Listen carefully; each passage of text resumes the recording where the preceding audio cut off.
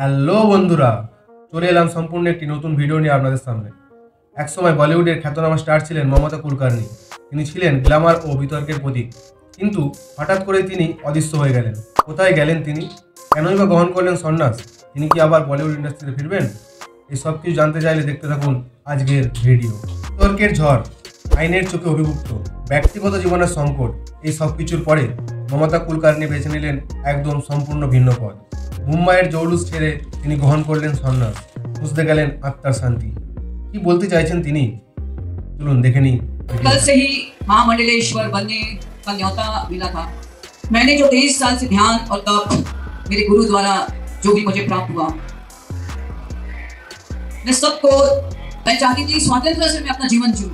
मुझे बॉलीवुड में वापस नहीं आने का। আরকময় জীবনের মোহ ত্যাগ করে মমতা কুলকার্নি নিজের জীবনের নতুন অর্থ খুঁজে পেয়েছেন। এই পরিবর্তন আমাদের শিখিয়েছে জীবনের আসল সুখ বাইরের জগতে নয়, ভেতরের জগতের মধ্যেই লুকিয়ে রয়েছে।